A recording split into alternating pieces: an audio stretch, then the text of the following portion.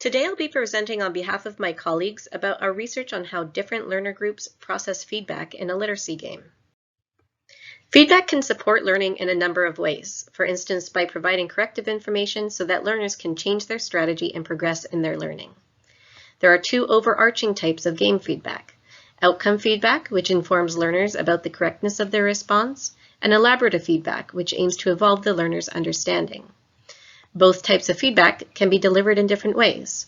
They can be visual, using graphics or text, or auditory, using sounds or narration. Visual and auditory forms of feedback can be either verbal, using words, or nonverbal, without using words. Some research suggests that auditory verbal feedback may be more effective in multimedia environments like games, so that the visual processing system does not get overloaded. But ultimately, the effectiveness of feedback depends on its design and the mode of delivery chosen. Yet there's very little research investigating the design of game-based feedback for children, especially when considering children with diverse learning needs. This research used the context of a literacy game called Navigo. Navigo contains over 900 activities in 16 minigame mechanics that cover a range of reading skills. This particular research focused on feedback presented in one minigame called Perilous Paths. We used this context to investigate whether visual nonverbal outcome feedback supports children with different learning characteristics to evaluate their performance and recognize their errors, and how auditory verbal elaborative feedback supports these children to understand and recover from their errors. We examined these questions by comparing three groups of learners. Here's a snippet of a child playing the Perilous Paths multiple choice minigame. Dictionaries are fiction books. In. These prefixes are all related to negatives or opposites. Think about how the prefix will change the meaning of the word you are trying to complete.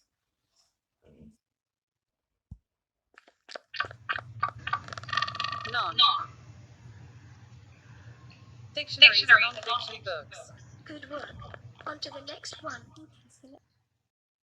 You may have picked up on the 5 outcome feedback features indicating an error. The border around the bridge turns red, the bridge breaks, the Sphinx shakes its head, the character returns to the starting position, and a red gem or game reward is lost. And there were 2 elaborative feedback features. The incorrect answer is repeated, and a hint is narrated out loud. We recruited 3 types of children who already were familiar with the Navigo game: novice readers aged 5 to 6, children aged 8 to 11 who are identified by their teachers as having reading difficulties, and children aged 9 to 10 in Sweden who are learning English as a foreign language. Only children who made at least 1 error in Perilous Paths were included in our analysis. The study used an active intervention approach where children completed 3 problems in Perilous Paths while their screens and vocalizations were recorded in response to questions posed by a research facilitator. Upon a child's first error, the researcher would ask a series of questions to elicit from the child whether they noticed, understood, and applied feedback in the game. We performed a systematic video analysis of the screen recordings and children's vocalizations and coded items related to whether children noticed and understood the outcome feedback features. And similarly, we coded whether the child noticed and understood the elaborative feedback and what strategies the child claimed to use if they recovered from their error. In terms of our first research question regarding outcome feedback, we found that all children understood when they made an error, but only 71% of children mentioned specific visual outcome feedback features that helped them to understand this. And we found that novice readers were much more likely to notice only a single feedback feature, whilst there was a trend in children with reading difficulties to notice either 2 or more features or no features at all, and a small trend in EFL learners to notice 2 or more features. The color change and the bridge breaking, which were intrinsic to the learning task, were by far the most noticeable features. Only a handful of children noticed any other features.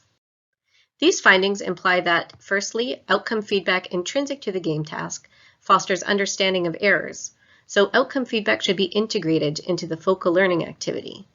And secondly, that data triangulation would help identify if children attend to feedback in other areas of the screen, for instance, the loss of rewards, which is considered a main motivational element in games.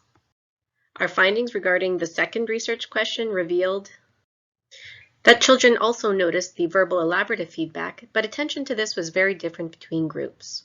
Only 40% of novice readers reported noticing the hint, whilst 90% of EFL learners noticed it. But just because children noticed the feedback, that doesn't mean they understood it. Of those who claimed to have noticed the feedback, only 4 children could actually describe its meaning and apply it in their next attempt. We discussed several reasons for this related to the auditory verbal modality, but one particularly poignant one was an EFL learner who commented, "I don't usually listen, I read," suggesting that they do not fully process the auditory verbal feedback in a foreign language. So if children didn't understand the feedback, how did they recover from their errors? Well, several children reported just guessing or choosing at random, and this was particularly prevalent amongst novice readers. Other children applied an implicit learning strategy by either repeating the phrase out loud or in their head to get a sense of what sounds right, like in this audio clip. Because if you say, "I can't say with certainty what time I will come home," then it just wouldn't make sense. This type of strategy was seen frequently in children with reading difficulties and EFL learners. And finally, a small number of children applied homemade strategies, such as never selecting the same answer twice in a row.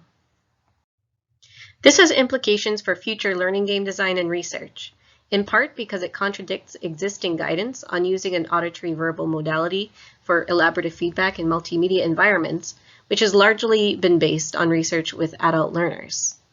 Children may struggle because of their developing attentional and verbal working memory skills, especially in novice readers and children with reading difficulties, as well as a lack of meta-linguistic knowledge in second language EFL learners.